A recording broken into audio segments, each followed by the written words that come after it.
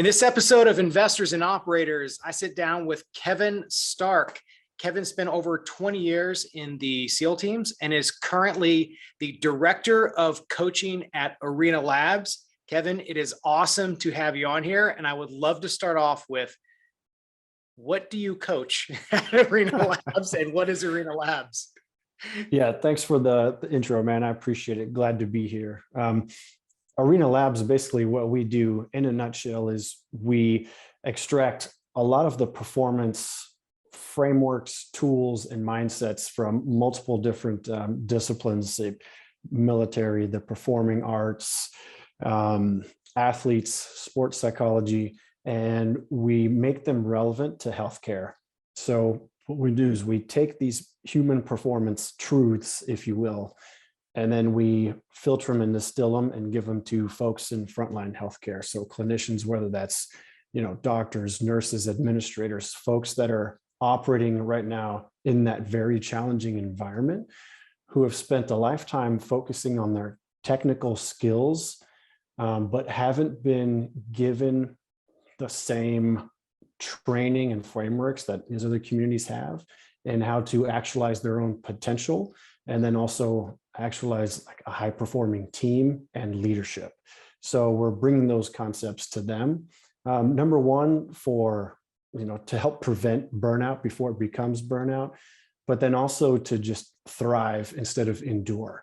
Healthcare is like, hey, it's just a tough job. I carry my weight and that's the way it goes. The old school mentality. Military was the same way 20 years ago. And it's like, well, there's a better way.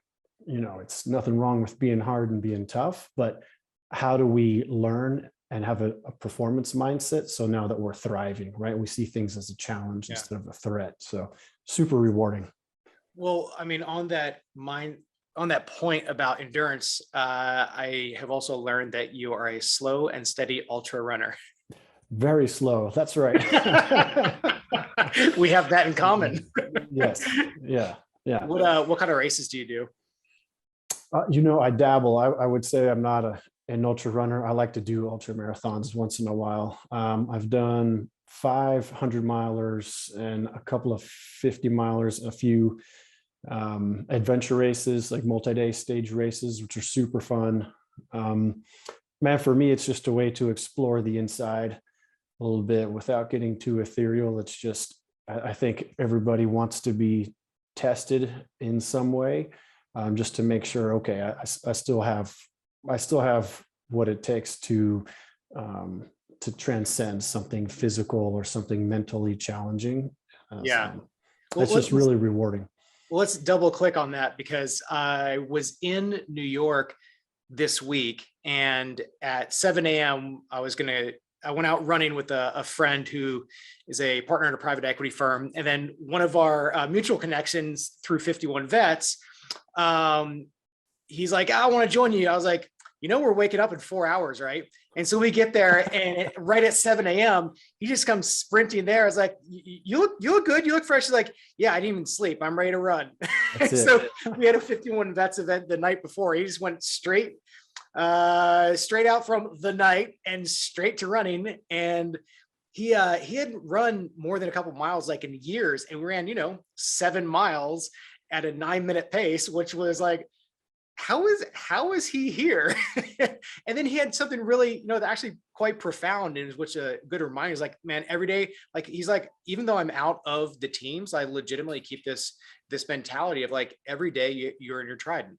And so I was curious, kind of like, what that has kind of meant to you throughout how you think about coaching and the teams that you work with, and maybe that mentality. No, I appreciate it. And I love it. It reminds me of younger days as well, right? Before you learn the value of performance rest. Well, I told him, I was like, man, okay, I get it, but 7 miles and you haven't done this, like, let's see if you walk tomorrow. Yeah. Oh, that's cool. The big thing I focus on is how you show up for what life calls to you. I think a heavy influence to me is, Viktor Frankl, Man's Search for Meaning, and The Will to Meaning, and how, sometimes life just calls on us, and we might not like it, but we still have a choice in how we show up. And a lot of times we can still get a lot of meaning out of something, even if we didn't pick it, or even if it's challenging or devastating in how we show up to an event. So a lot of times we coach is, hey, in healthcare, or even just other venues in life, you're going to encounter events that are super challenging that call into question your ability, but they will never call into question your values and how you represent them when you face something, right? Nobody likes getting punched in the face, but people do like saying, I can take a punch, and I can do so with XYZ values, right? With courage, with, humility, with discipline. So really getting people to acknowledge, like, hey, you might not be doing something you like, a la my wife wants me to go dig holes in the backyard to plant a garden, but I can choose how I show up to that event. So I think one of the big things we coach is, living your values and being aware of them, first of all, and then choosing to live by that code, if you will, even when things are really crappy. How has your value set evolved? And I ask that because in 2016, when we started our first business and we're in the first year, I had 5 or 10 values. And I look back on that list 5 years ago, I was like, man, a couple of those has changed.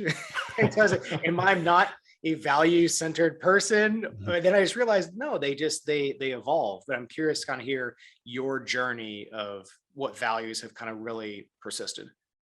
No, great question. And that's the beauty of the human journey, is we are constantly changing and evolving, right? Sometimes whether we know it or not. And the fact that we can identify values like you did and say, this is relevant to me now in what I'm pursuing in my life. And then take a look back and say, what do I need now as far as my values? Because those values will guide behaviors, and those behaviors will be relevant to me pursuing passion, pursuing purpose. And so making sure that's in alignment. So having that sanity check on yourself is super critical. And I would say the values that I had when I was, 18, 19, going through SEAL training, to the values that I have now as a 42-year-old father of 3, managing life and everything else, quite different.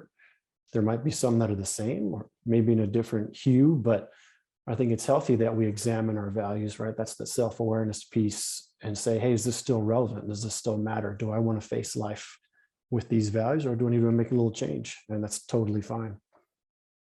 Yeah, it makes me think about this week when our team sat down for a couple hours and we went through what our values actually are and are not, or ones that are primary and which ones are secondary.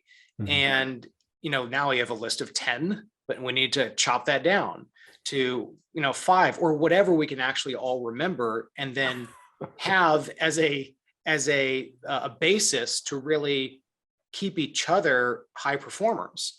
And as opposed to Jing and I, who run start and run the business, here are our values, this is what we do, let's move on, really exploring that journey together, so that they feel like are truly part of something, as opposed to just checking in and checking out. We want to share in this journey together. But one of the things that we created was this people analyzer, which I think is part of the EOS traction system, and minus, plus, minus, or plus for each value, but then adding commentary for each one, and then truly having thoughtfulness around evaluating each other with a spirit of helping each other improve. And that time together was, I think has been probably the single most valuable meeting that I have had this past 12 months, was that 2-hour part of our offsite when we only talked about our values. Yeah. It's funny you say that. We had an offsite recently, our company as well, and it was probably the most impactful and meaningful experience we've had. And we didn't spend hardly any time going over the X's and O's of tactics. It was all about the X's and O's of how we show up for each other. We're probably going to be in a job connected to each other in a very transitory time frame. So people might be at 51 labs for a couple of years here and there, and then, you know, we move on. What I really want to make sure of is the people that work together at Arena Labs, like, will look back on that experience and say that was developmental in nature, and it expanded my ability to live by my values. Yeah, The amount and of actually, importance we put on each other is very, very high. and one of the things this is making me also think about, which was really interesting for me, eye-opening for me, was that one of our values is creativity, but my version of creativity is different from another person's. For example, I value visual creativity, like in a video that we produce, but another person might have a process creativity. And I was like, oh, I didn't even think about that. Yes, that is creative. And I didn't see things through your lens. But then also going through to see that there are just different perspectives on each value. But as long as we know what those examples are, so it actually has meaning behind the value, as opposed to a generalization that nobody really understands, doesn't have any meat on the bone. Yeah. Let's think through maybe one of your 500 milers, and can you please share a dark moment that you can remember from one of the 500 milers that you had, and what you were experiencing in the pain cave and kind of how you got through that? Yeah, for sure. First thing that comes to mind was the Bryce 100, which is in Bryce Canyon in Utah. And one of my really good friends and I ran together. And unfortunately, he had to drop out at the 50-mile point. He was starting to cough up blood a little. I think he came in with a cold, so he wasn't doing so hot. So I was like, okay, I'm feeling pretty good. I'll head out by myself. And I started developing some really strong Achilles pains. And I remember I was about mile 90, and there was supposed to be an unattended aid station. And an aid station in an ultra marathon, you typically have some water and some snackies, you know, just to like refill your water bladder and move on. And I had run out of water quite a ways before, and it was super hot out there. So I was starting to like go inside, and not in a good way. I was like feeling a little sorry for myself. Like, I really need to get some water. You know, this is BS. Why didn't I carry more water? I'm super thirsty. I'm moving at a walk. And I was pissed off because I was moving so slow. And I come down in this gravel road, and I see the little aid station up there, and it's one of those fold out tables, and it's got a little orange Gatorade cooler on there. And I'm like, all right. And I tipped the little thing over to fill up my thing, and there's no water. And I was, you know, that in that moment, therein lies the opportunity for choice, right? That event happened. However I appraise that event is totally up to me. Right? I can say, oh, the water's empty. I'm going to approach this as a challenge and say, okay, what do I have on me? What's the next aid station? How do I need to approach this distance to finish the race? Did I do that? No. It was like a bunch of 4-letter words and like, oh my God, I can't believe it. I'm out of water. This is crap. This is going to be miserable. And my appraisal of that event then affected my mindset, right? And my emotions, because my emotions followed that appraisal.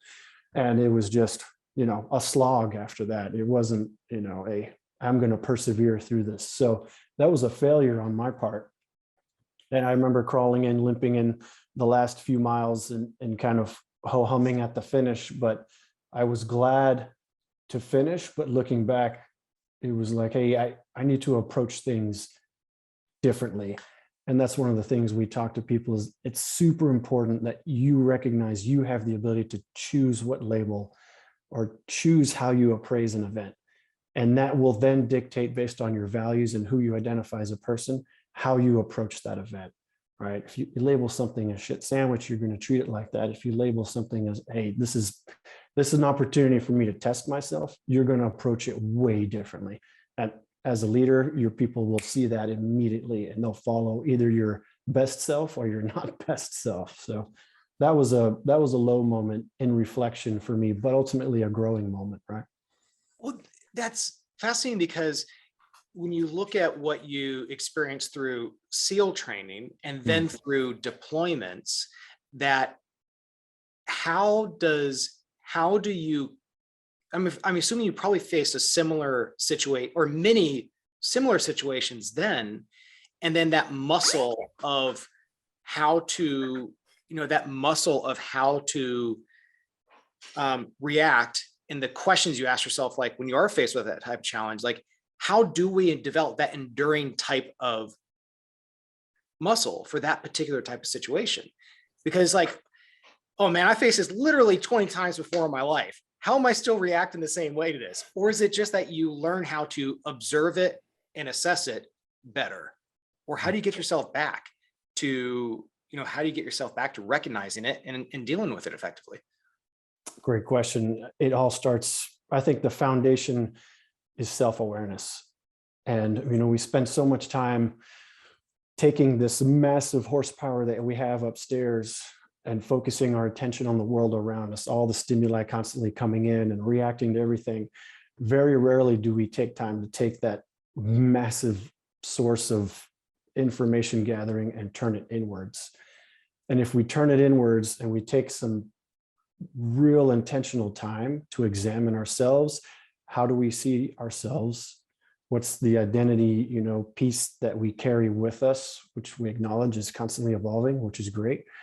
That's going to really affect how we see other things. And then it's a practice, right? Performance is a practice.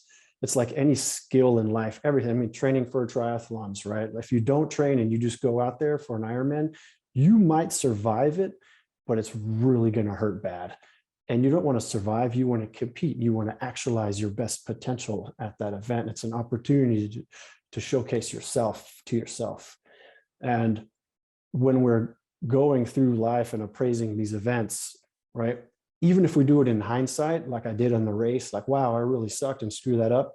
That's a valuable lesson. That's a treasure I can take out of my past experience and apply it forward. So that self-awareness piece, how we look at things, it's just a practice, just an intentional practice of like, how am I going to show up and meet the day? How am I going to appraise these events? It's hard, but it's even 1% better is way better than you were yesterday. When you look at the different clients that you work with, and coaching them, what's the 80-20 here? What are the 20% of common things that you find, and what's the 80% solution? Wait, did I get that backwards? I hear you. I'm dyslexic. It's okay. My wife over there is laughing at me. Yeah, it's true. You get the idea. A lot is just what we talked about. Appraisal. How are you appraising this event? Take a minute and then decide, is this how I want to appraise an event or a stimulus, right? Like you pick, right? So that's important, is you have a choice. Oh, I never thought of it that way. You're right. That's a huge, when people say that, I feel like mission accomplished. I've done my job. If someone says, I never thought of it that way, I appreciate that. It's huge. So giving people the opportunity to show up with a choice and just reminding them of it. Like, I'm not giving anybody anything they don't already have, right? And that's another thing, is everything that you need, all of like, I think people are like warriors of the light, right? And how you get stronger is you transcend difficulty, challenge, uncertainty by maintaining the light, and you come out the other end and then you share that value with others, right? The hero's journey.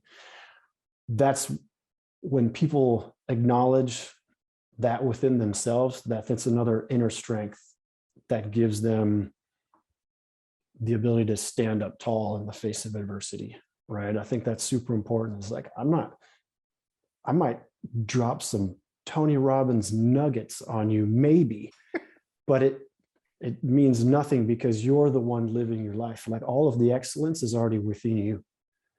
And I think that's super powerful for people. So that would be the 20% impact, is like, you're a badass, just going to rethink about things a little bit differently. That's all. I love it. And I think this is actually a good place to conclude part one of this. I want to do multiple parts with you because I think that there's so much to unpack. And I think in the next episode, I'd love to hear kind of what are some of the enduring principles that you got from 20 years in the SEAL teams that you have applied, things that you thought you would apply, but listen, I forgot that after month one, after I got out, not applicable. But the other things that truly help guide you throughout your career, active duty, as well as now, and what has transitioned to your coaching. But I think I want to, really stop here because I would like people to really marinate on this idea of when the stimulus is coming, how to first recognize that it is happening. And then secondly, to your point of choosing how you're going to respond to that. And in that moment of choice is where you decide what you're going to become from that and which direction you're going to go. Yeah. So Kevin, I really appreciate you taking the time for this, and I cannot wait to do a part 2 together.